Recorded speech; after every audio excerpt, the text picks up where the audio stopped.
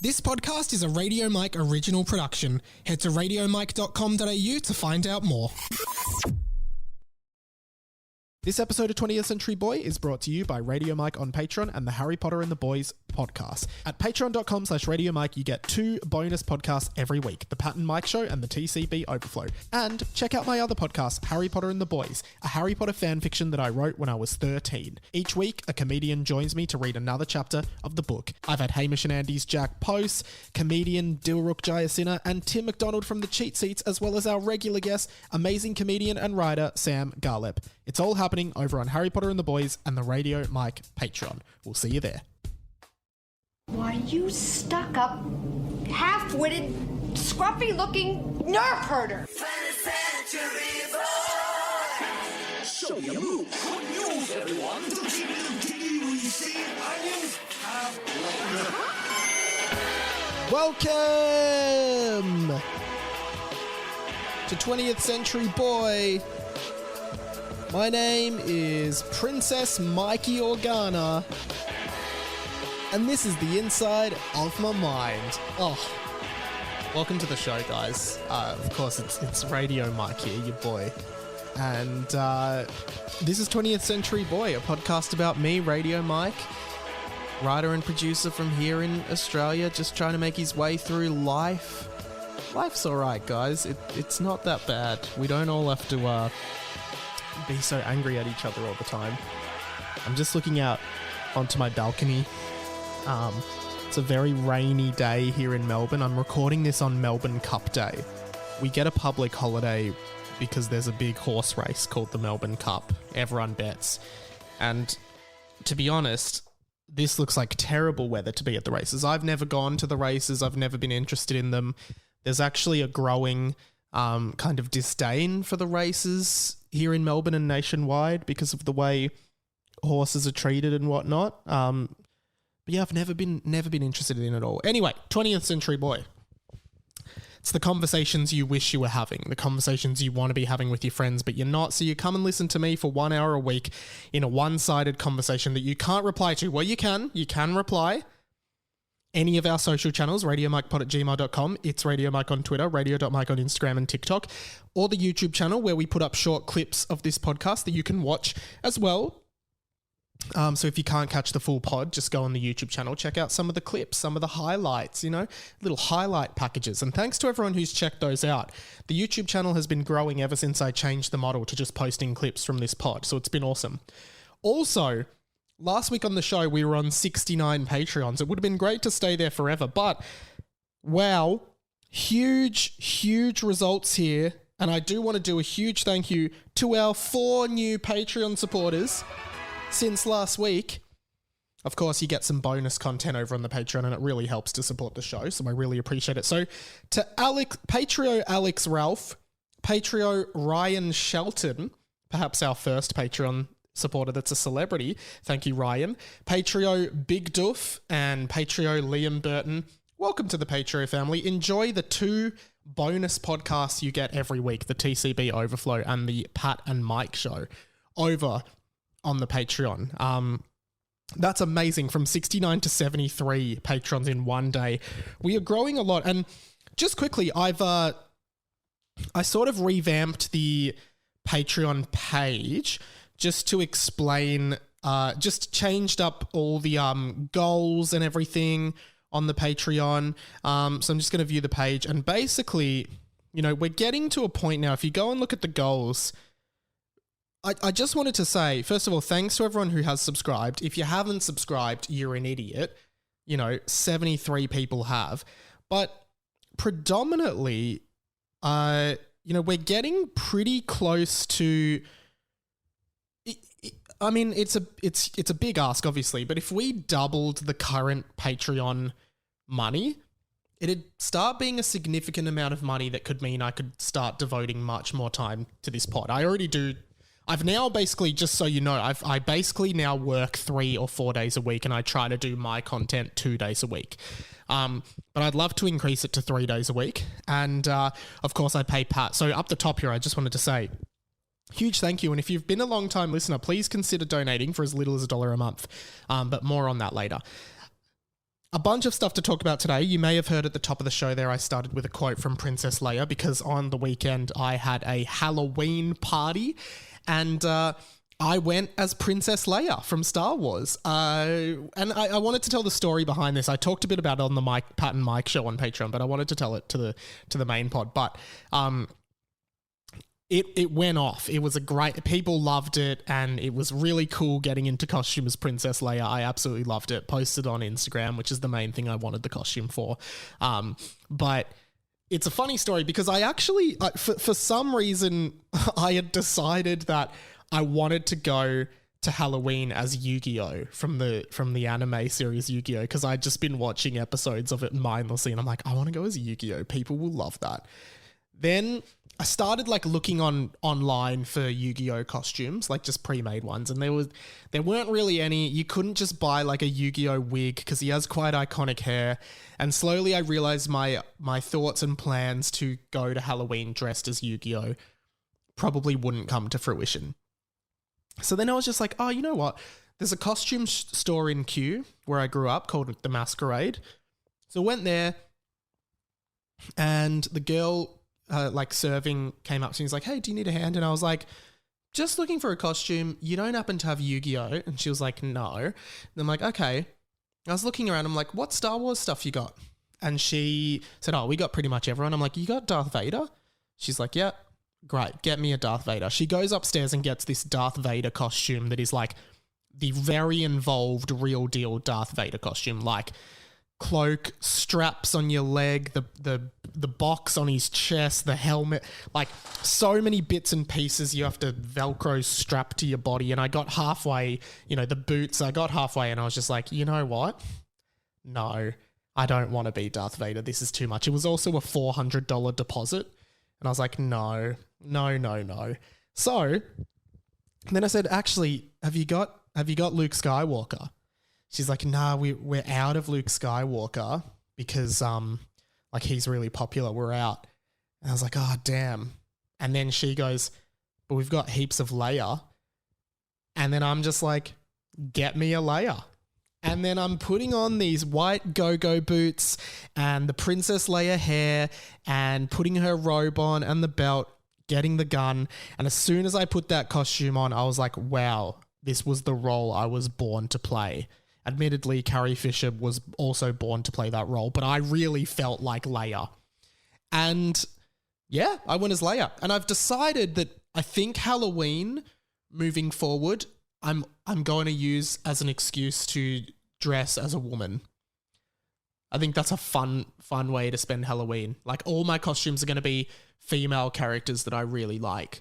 So no, Yu-Gi-Oh! Will not happen, unfortunately. But yeah, it was a really fun party and it was cool cool dressing up and going to this Halloween party and like seeing people's costumes. I haven't been to a Halloween party in a long time. So it was awesome to get into costumes. See pictures of that on my Instagram, by the way. But I do think, I think Princess Leia is such a good choice because she's just if you've seen the original Star Wars trilogy, she's just such a badass character. Like, she could have been the typical damsel in distress character, but I actually think and admittedly, the original Star Wars films were pretty behind. Like, I'm pretty sure Leia is the only female character in the original Star Wars trilogy, or like one of the only speaking female characters. But just as a character, like, she's super strong, she's badass, she's sassy, like, she doesn't take shit. And I always thought she was really awesome. Like, I always really liked Princess Leia. I think she's great. Even in the new Obi-Wan Kenobi series, they had the young Princess Leia, and I thought she was great as well. So, yeah, it was awesome going as that. A few listener messages, just a couple responses to things I talked about on last week's show. Predominantly, my criticism of Android phones. Long-term listener of the show, Radio Ryan Adams. Welcome to the radio family. He is our 50-something-year-old listener from Denver, Colorado. Denver sucks ass. Don't worry, I always have that voice. I always have that audio clip loaded up in the system, just ready to go, just in case you write in, Ryan. Denver sucks ass. He's actually, a few people came out and criticized me on my Android take. Ryan, one of the most thorough criticisms. Dear Radio Moneybags, it's a new one. Some of us aren't made of money. We can't afford a status symbol like a shiny new iPhone. We have to slum it in green bubble land. It must be nice sitting at the coffee shop, drinking your fancy coffee drink, and checking Gmail on your new MacBook Pro. If this was another podcast, some might suggest you have lost touch with the common man. Again, I don't like taking ideas from other podcasts I work from, but I get the sentiment. Sincerely, Radio Ryan Adams from Denver. Denver sucks ass. Yeah, interesting. I mean, Patrio Kyle, welcome back to the RF, Patrio Kyle. He said, currently laughing at the discussion on Android phones while proudly listening to the podcast on my Google Pixel 6 Pro. God, they've made 6 of those? Jesus Christ, I thought they would have seen the sales of the first Google Pixel and been like, we're not making 5 more. And then Radio Beth, possibly a Patreon. Sorry, Beth, just remind me. Me listening to the podcast on my Oppo phone, wondering what Mike's opinion of me would be. Okay.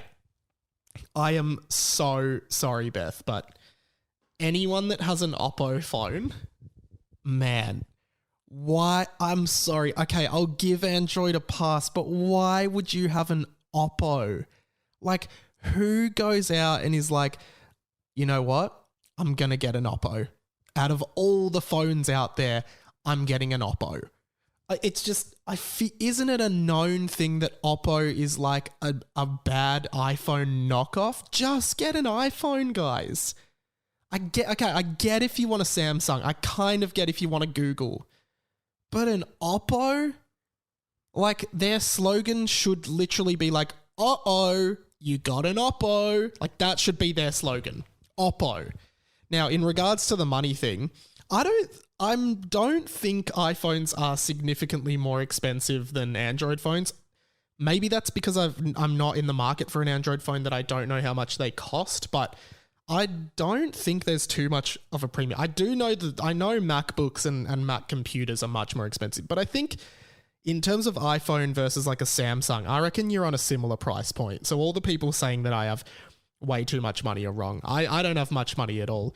All of my money goes on living in this apartment where it's raining and I can't even sit on the balcony because I'll get wet. But yeah, I welcome further criticisms of my apparently excessive amounts of money, which again, I don't have because I also buy like 3 coffees a day and everything like that. A few other people also wrote in about my questions about the 1975, starting every album with a track called the 1975. I actually really liked the explanation it got. Apparently it's like almost like an overture scene setter of the album and the style that album is going to be. So it's like a scene setter. And I thought that was really cool. It's like a startup song. Anyway, I thought it was cool. A couple things this week that we really should get onto as quickly as possible because, first of all, I want to say thank you. It's gotten to a point now with this pod where I feel like everybody kind of knows me online and they know when there is content that would be good for this podcast, so they tag me in it. And over the last week, I've been tagged in so many people linking me to this headline online that Bryan Cranston, aka Walter White from Breaking Bad, but even more KA, Hal from Malcolm in the Middle, is apparently writing a reboot of Malcolm in the Middle.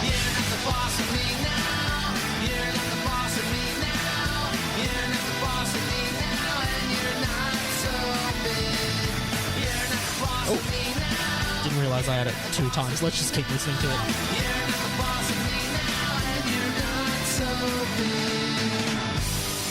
Yeah, so a bunch of people throughout this week have tagged me in this use. Of course, Malcolm in the Middle, one of my favorite sitcoms of all time. It is genius. You have to watch it.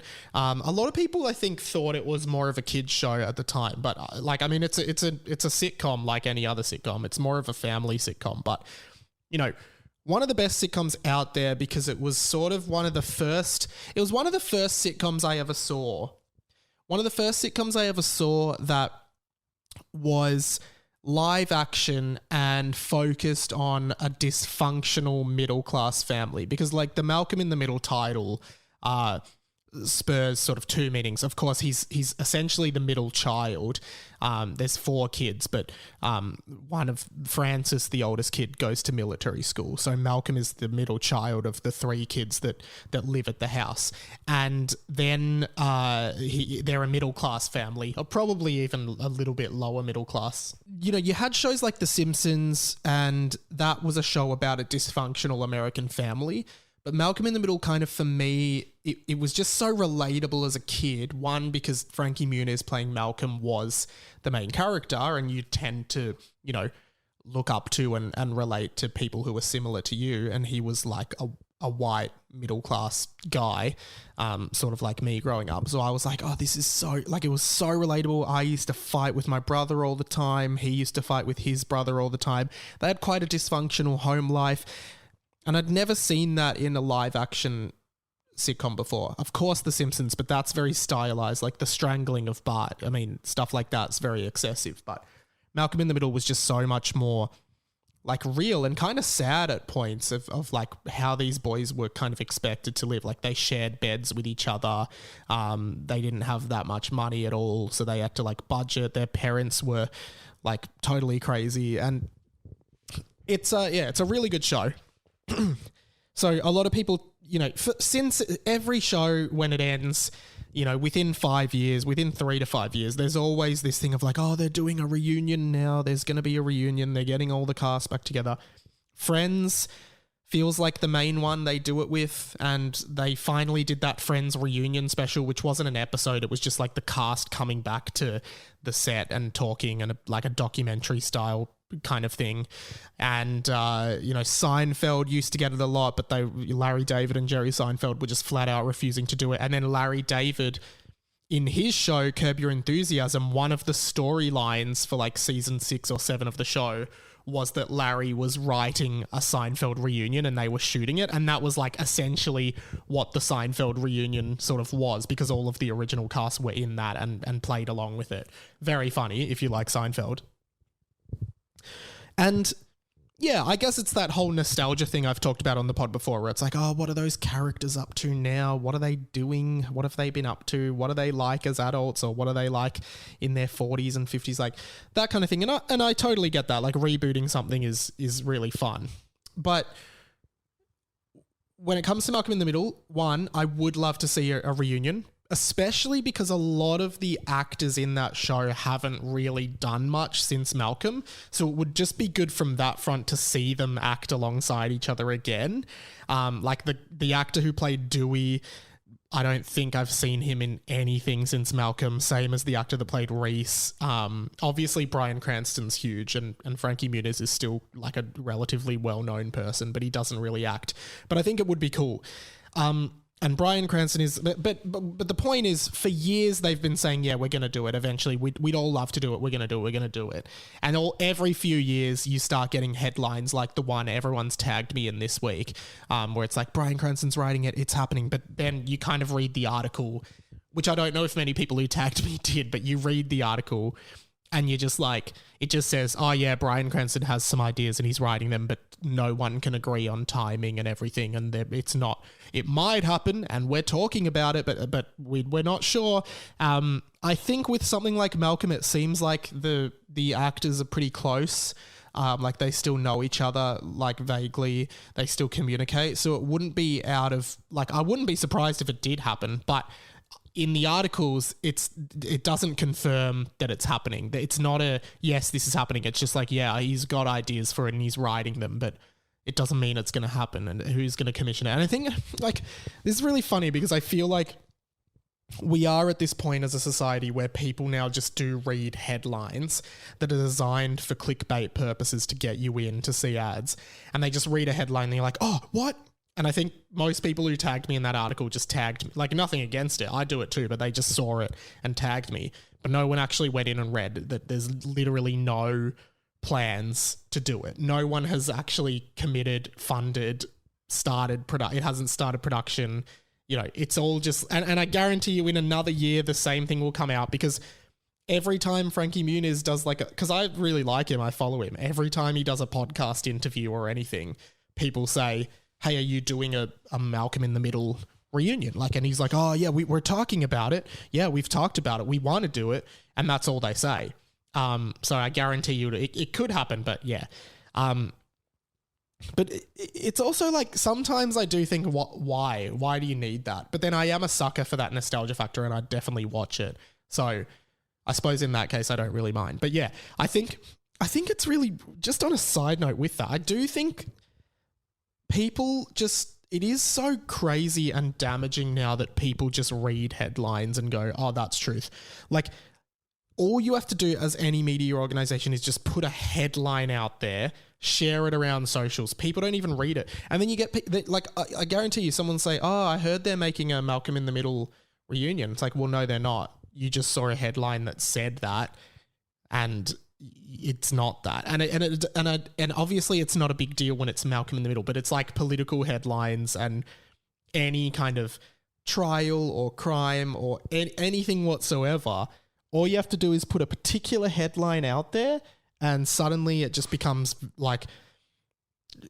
almost just the headline existing becomes the reality or the perceived reality by people, because people don't actually do their own research and critically examine what's going on and come to their own conclusions. People just see stuff, they see tweets, they see things, and they're like, yeah, okay, that's fact because this publication put it out there. Anyway, it's very stupid.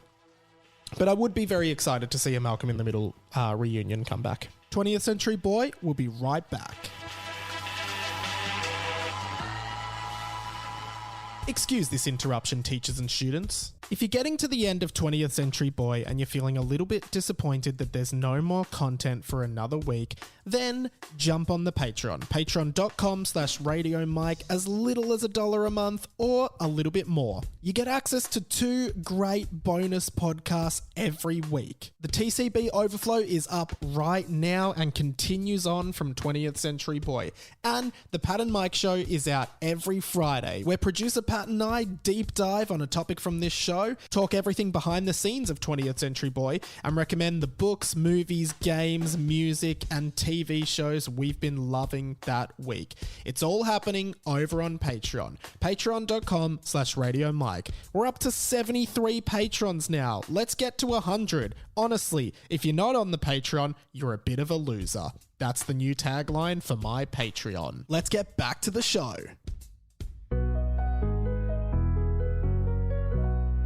Hey, this is Avril Lavigne, and when I'm not singing Skater Boy, I love listening to Radio Mike's podcast. I did want to this is what piquing Mike's interest. This is something that I've thought about for a while, and I'm positive that there is an answer to this question. I'm absolutely positive that there's an answer to this question. And I know that someone who listens to this show will know the answer and also will research it, because I know this is a Google search away, but sometimes, guys, I don't search up answers to things because I want to talk about them on the show. And then people are like, you're an idiot, just Google it. It's I know I can just Google it, but I want to do it as content. So I'm not Googling it because then I can't do it as content. This is actually something that's been on my mind since I was probably 12 years old. So how old am I now? 27, 15 years, maybe, if my maths is correct. Do you remember that song from a long time ago? It's this song, and it sort of goes like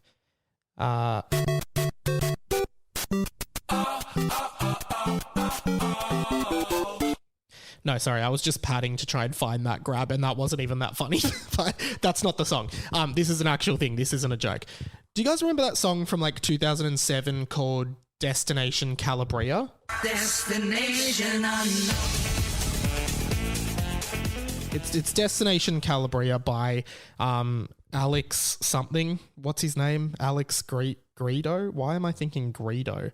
That's definitely not the name. It's Alex Destination Alex Gaudino. That's why I was thinking Greedo. Alex Gaudino. So it's Destination Calabria by Alex Gaudino and Crystal Waters, according to Spotify. I know this song came out 15 years ago, and I'm sure the answer to this is widely known, but I don't know the answer to this question. So can someone please explain to me, why is the song called Destination Calabria when the lyrics are quite explicitly Destination Unknown? At no point in this song do the words Destination Calabria appear. It's always Destination Unknown. Can someone please explain this to me? And because I am a stickler for this, I don't like it when songs have names and the name isn't like the lyric of the song.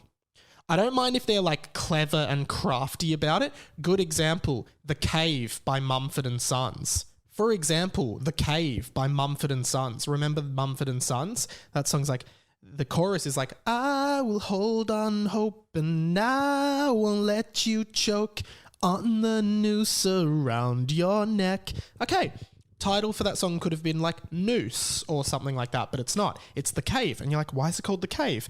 But then in the last verse of the song, he sings, so come out of your cave walking on your hands, right? So it's like, I like it when it's like that, when it's like it's not like the main lyric, but it's like a little reference to the song. But I don't like it if a song doesn't reference the lyrics to the song at all. I don't like that. I'm not a fan of that. And I guess Destination Calabria kind of does because it's Destination Unknown, right? Destination Unknown. However, what I don't like about it is that I don't like how the lyrics are Destination Unknown, implying that we don't know where this location is. But then the title of the song, Destination Calabria, quite explicitly does state that we know specifically exactly where the destination is, and it's Calabria. Destination Unknown. I don't like that. And to be honest, as an Italian whose family actually has heritage in Calabria, I don't know why I've been saying Calabria, but in Calabria, I actually find it kind of offensive. Destination Unknown. Because I think that if we're saying that Calabria is an unknown destination, like you're trying to keep it a secret, but then you're revealing the secret to everyone through the title of the song. Destination Unknown. Anyway, banger of a song, but can someone explain to me why it's called Destination Calabria? I don't get it. I don't like it. And does anyone have... What's a song, similar to my example with The Cave, just by Mumford & Sons, what is a song where... Two things here for next week. What is a song where the title of the song is not like one of the main lyrics from the song, but almost like a hidden reference, like The Cave, I guess, or a song that the title of the song is not mentioned anywhere in the song? A good example of that, here's an example, the song Asthenia from Blink-182's album Blink-182. Great song, but the words Asthenia are not mentioned anywhere in the song.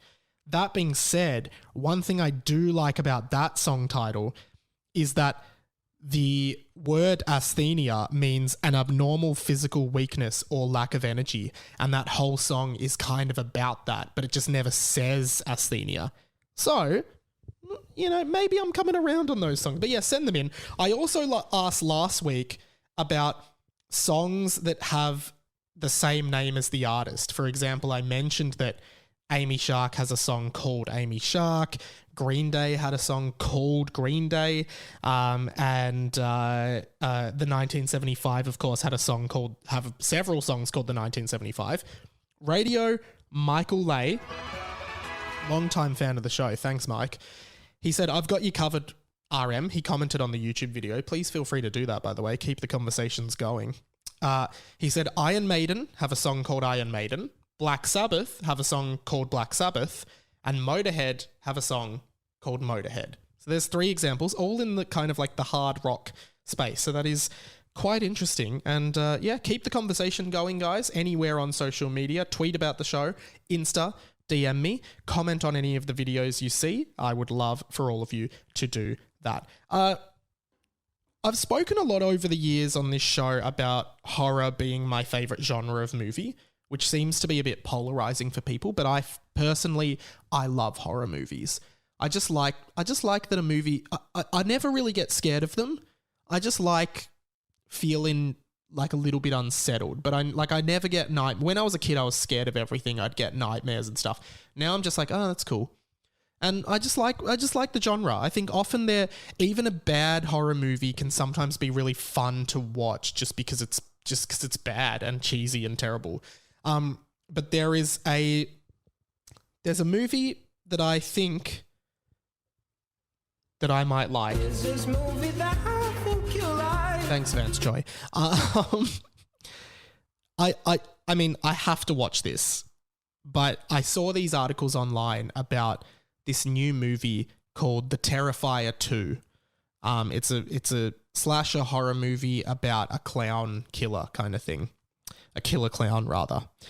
And I've actually seen the first Terrifier, and it was like pretty gory, but I thought it was fine. Like, it was a scary movie. The clown character is very scary. The design, everything about him is scary. And he's like a serial killer dressed as a clown who kills people.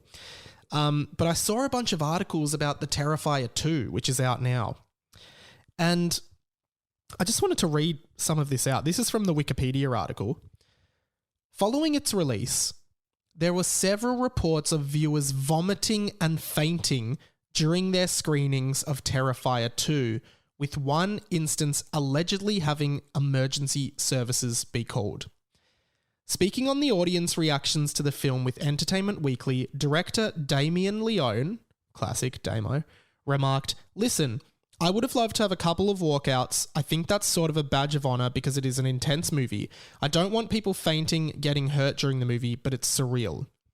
Next thing I see, Australian government, this is a headline, Australian government issues warning over sickest film of all time, Terrifier 2, as record numbers flock to cinemas over Halloween weekend to watch the ultra-gory killer clown movie. The Australian Film Classification Board has issued a warning about the ultra-violent horror flick Terrifier 2, a movie so gory it has made cinemagoers collapse and vomit in theaters across America. The film features a series of sadistic and gory murders perpetrated by an evil clown. The film features murders that include copious amounts of blood and graphic injury detail, such as mutilation, decapitation, and dismemberment. Well, I've already spoken to producer Pat, and as part of his work this week, me and him are going to sit down and watch Terrifier 2. Next week on the show, we will report back our findings, and we will keep any vomit that gets vomited, and you could win it. No. But yeah, we're going to watch Terrifier 2, and we're going to let you know next week what we thought of it. Does it live up to all of this apparently disgusting hype, or is it a bit overhyped? And yeah, we're going to let you know. So keep your ears peeled for that next week. A couple more things on the show. I did want to just do a little update on this. Christmas sweater giveaway. Oh yeah! We're giving away your Christmas sweater from Typo. I just wanted to add one thing, and this is a suggestion, because basically, if you're new to the show, welcome to this crazy, crazy show. It is a crazy, crazy show. And basically, we coerced Typo, the company, into giving us a $100 gift voucher, and I'm going to use it to buy 2 $50 Typo Christmas sweaters, one of which will go to a lucky listener. How do you get in the running to win? Just sign up to the Patreon over Christmas. If you're on the Patreon by the time we do this draw in maybe mid-December, you'll go into the running to win it. Now, Patreon Tim DeBella, long-time listener of the show, he had a suggestion that I'm curious about. He said, "Hey mate, just had a thought with your Christmas sweater giveaway for Patreon. Not sure how easy it would be to implement, but do you think it's a good idea that each tier gets an increasing chance to win? That way you might get a little Christmas bonus for you this year. So I think what I'll do is, because there are, I think, 4 tiers. There's $1, $4.50, $8.50, $12.50, $20. So there's 5 tiers. Basically, if you're in the $1 tier, your name goes in once to the raffle. If you're in the $4.50 tier, twice, $8.50, 3. So basically, the higher the tier you're in, the more entries you get to win the Christmas sweater. It's worth $50 and I'm posting it to you. So if that just means maybe for 1 month you just want to increase your tier just to have more chances, that'd be awesome. Or you want to join up on a higher tier, that'd also be awesome and I would appreciate it. This is our first Patreon giveaway and it's really exciting. So yeah, jump on, get your chance to win a Christmas sweater. That would be amazing. As I am doing this podcast today, a video that I did is sort of blowing up on YouTube. Yeah, it's still blowing up. It's gotten nearly 12,000 views, which is very high for me. And I just wanted to talk about it a bit. It's about my comments and thoughts on Meghan Markle last week, where basically, you know, she talked about how her experience on Deal or No Deal, being a briefcase girl, you know, she was treated as a bimbo and she's not happy. And my kind of retort to that was that, like, there are lots of people in this world who work very, very hard labor jobs and difficult jobs and barely make ends meet. And, you know, I think of all the things that could have gone viral, this was the least thing that I want, because it's probably like a more conservative opinion, and it seems like online very conservative opinions like seem to just get trashed. And don't, like, it's not even that conservative. Like, I think a lot of people that I know would have a similar opinion, but I didn't really, I don't know. I didn't make a clip of it because I just didn't want to get viral. But like, I guess now I more wanted to just talk about the internet, because I think now online, everyone is just constantly trying to find things about other people that they've done wrong or they've said and they've done that is bad. And it's been going on for a long time, and I'm a little bit over it. And I don't think, like, I still think that, you know, there should be consequences for what people say and do, especially if they're saying like hideously racist, sexist or offensive things. Like, don't get me wrong. And I think this is the territory that a lot of people start getting worried about, because they're like, oh, like, if you think this, then you must think that. Where it's like, we've moved away from people just being able to have a wide breadth of opinions and thoughts on things. And I'm not talking about having racist opinions, offensive, homophobic, like any opinions like that. I just mean, like, sometimes it's like, I think we've lost this sort of nuance in our discussion and discourse online, particularly because it's all written. But I think it's like fine to be like, oh, you know, I understand. I think, you know, the art of being like, I understand that Meghan Markle might feel like this, but also this is my understanding and experience of what other people have gone through. And I think that, you know, being a really wealthy, like, I'm not saying that wealthy people can't feel depressed and angry. Like, absolutely not. Everyone can feel all of those feelings and they're always justified, right? But I just mean, like, it's okay for someone to be like, oh, I actually just don't think that, I don't feel that sorry for Meghan Markle, because I just don't think that, like, I don't think that her struggles are as hard as a lot of other people. Like, there are people literally right now dying of devastating diseases that are incurable, untreatable, and they are just facing their own mortality right now.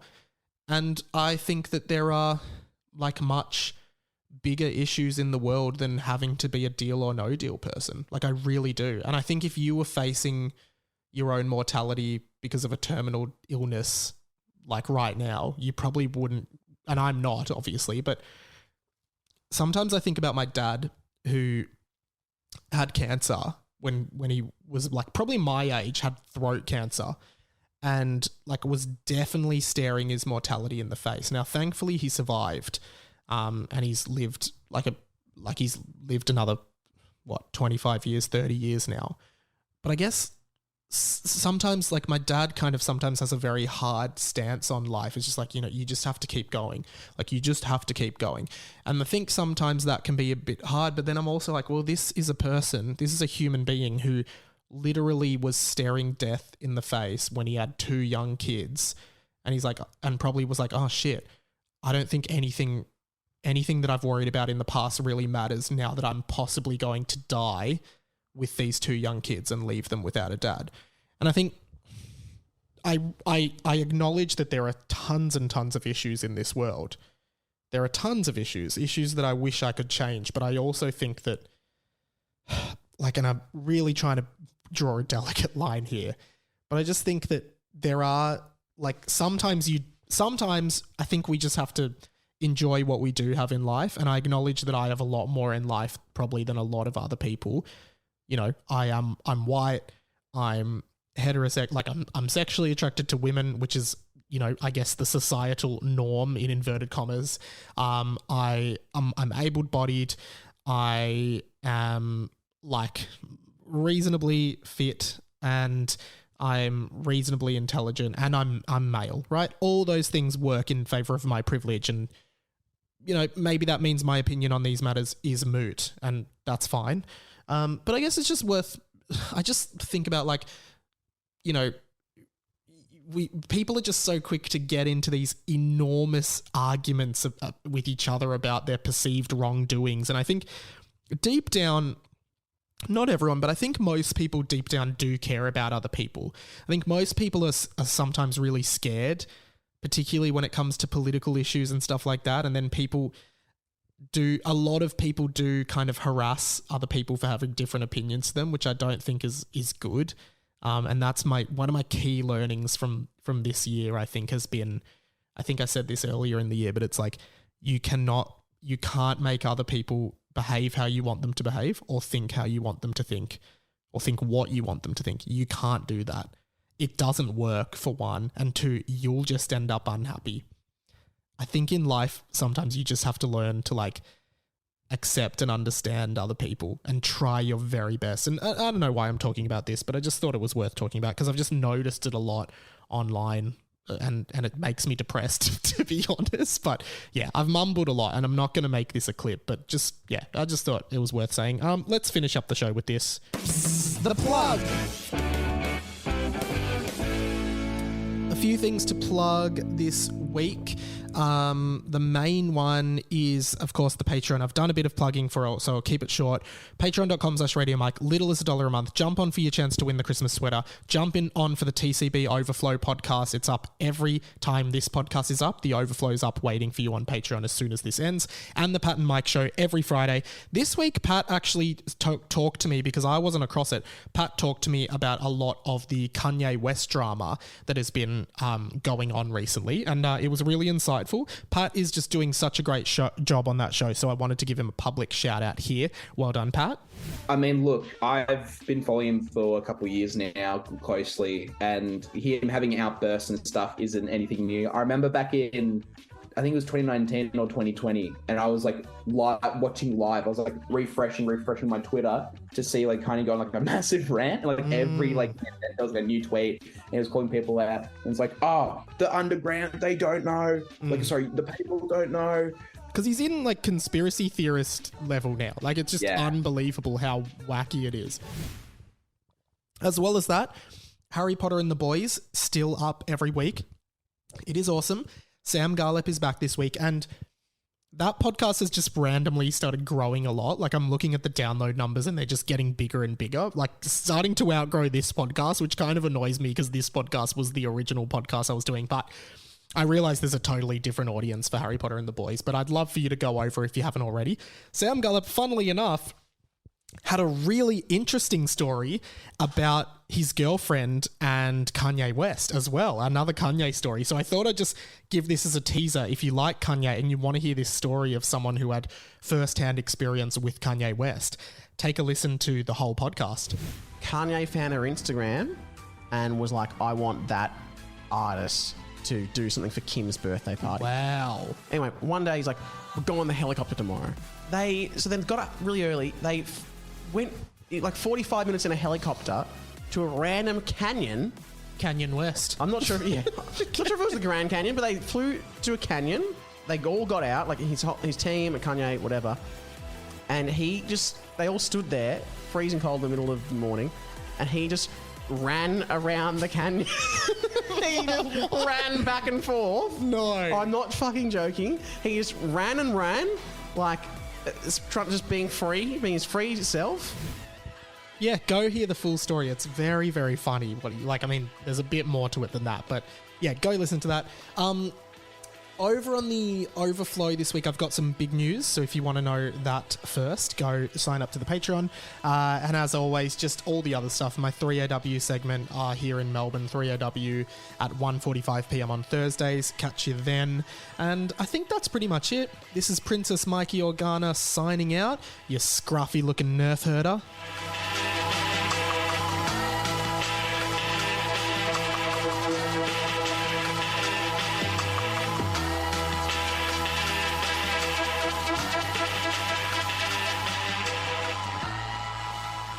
That's the end of another episode of 20th Century Boy. But if you want to hear more, head to Patreon for 2 more podcasts. That's right, the TCB Overflow and the Pat and Mike Show. Plus, for free right now, Harry Potter and the Boys. Go and listen to it. It's my fan fiction podcast that I wrote when I was 13. Oh, and if you're in the Spotify app, please give this podcast 5 stars right now. I'll wait. End of ad. Thanks, guys. See you next week or on the Patreon.